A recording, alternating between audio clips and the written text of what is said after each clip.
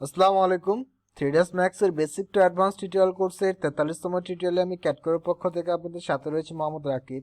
আজকের এই টিউটোরিয়ালটিতে আমরা 3ds Max এর যে লেদ মডিফায়ারটি রয়েছে সেই লেদ মডিফায়ারটি নিয়ে কাজ করব। সো চলুন শুরু করা যাক। সো 3ds Max এর যে লেদ মডিফায়ারটি, এই মডিফায়ারটিকে আমি একটি ম্যাজিক মডিফায়ার বলবো, কেননা এই মডিফায়ারের মধ্যে আমরা এমন কিছু ম্যাজিক রয়েছে যে আমরা একটা স্প্লাইনকে এই মডিফায়ার দিয়ে একটি 3D অবজেক্টে কনভার্ট করতে পারি। এই লেদ মডিফায়ার নিয়ে কাজ করার পূর্বে আমাদেরকে স্প্লাইন দিয়ে একটি আউটলাইন তৈরি করে নিতে হয়। দেন ওটাকে আমরা লেদ করে বিভিন্ন ধরনের শেপ প্রদান করতে পারি, যেমন বোতল, প্লেট, মগ, গ্লাস ইত্যাদি বিভিন্ন ধরনের আমরা শেপ প্রদান করতে পারি। সো আজকে এই টিউটোরিয়ালটিতে আমরা একটি বোতল তৈরি করব, সেটিও লেদ মডিফায়ার ইউজ করে। সো এই বোতলটি ইউজ করার জন্য আমি যেটি করব, আমি আমার ভিউপোর্টটিকে চেঞ্জ করে আমি ফ্রন্ট ভিউপোর্টে গিয়ে সিম্পলি আমি স্প্লাইন থেকে আমি একটি লাইন নেব। লাইন নিয়ে দেন আমি মাউসের ক্লিক করে শিফট চেপে ধরে আমার লাইনটিকে আমি স্ট্রেট করে নেব।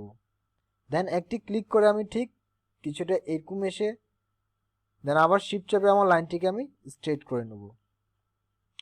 ঠিক কিছুটা এই লেভেলে এসে সিম্পলি কিছুটা এরকম করে আমি জাস্ট আমার লাইনের যে ক্রিয়েশনটি আমি শিফট চেপে আবার আমার লাইনটিকে আমি স্ট্রেট করে সিম্পলি একটি ক্লিক করে আমার লাইনের যে ক্রিয়েশনটি রয়েছে সেই ক্রিয়েশনটিকে আমি কমপ্লিট করব। কমপ্লিট করার পর এটিকে আমি আমার বোতলের রূপ দেব। সো সেটি দেওয়ার আগে আমি যেটি করব, আমি এই যে কর্নারগুলো রয়েছে এই কর্নারগুলোকে আমি স্মুথ করে নেব বা ফিলেট করে নেব। সো আমি যদি এখানে আসি, এখান থেকে আমি সিম্পলি ভার্টেক্স পয়েন্টগুলোকে সিলেক্ট করে আমি রাইট বাটন ক্লিক করে এখানে আমি ফিলেট নামে অপশনটি পেয়ে যাব।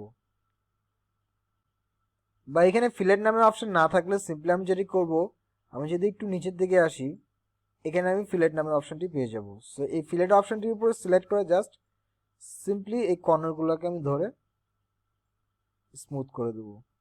আমি একটু নিচে এসে ঠিক এটিকে ধরে আমি এই কর্নারগুলোকে হালকা আমি একটু স্মুথ করে নিচ্ছি।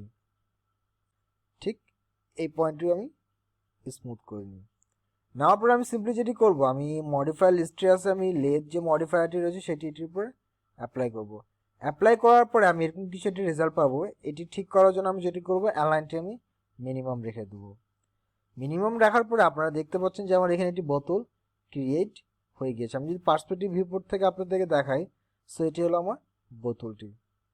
সো আমি যদি চাই যে হলো এটির যে মুখটি রয়েছে এটা আমি আরেকটু বড় করব বা চেঞ্জেস আমি চাই, সো আমি এখান থেকে এসে যদি ভার্টেক্স পয়েন্টগুলোর উপর সিলেক্ট করি, সো আমি এখান থেকে আমার চেঞ্জেসগুলো আমি করতে পারবো। সো ঠিক এই পয়েন্টগুলোকে আমি সিলেক্ট করে যদি হালকা আমি একটু এদিকে মুভ করে দিই কিছুটা এরকম, দেন আমি যদি ল্যান্ড মডিফায়ার উপরে ক্লিক করি, সো আমি এরকম একটি রেজাল্ট পেয়ে যাব।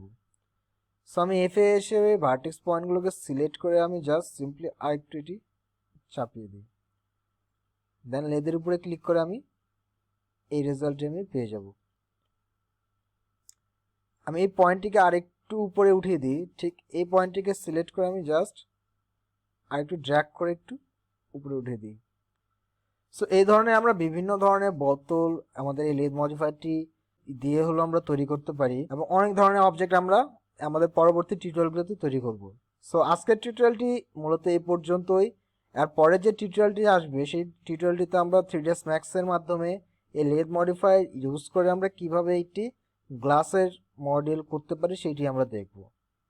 সো সেই পর্যন্ত আপনারা সকলেই ভালো থাকবেন, সুস্থ থাকবেন এবং ক্যাটকোরের সাথে থাকবেন। আসসালামু আলাইকুম।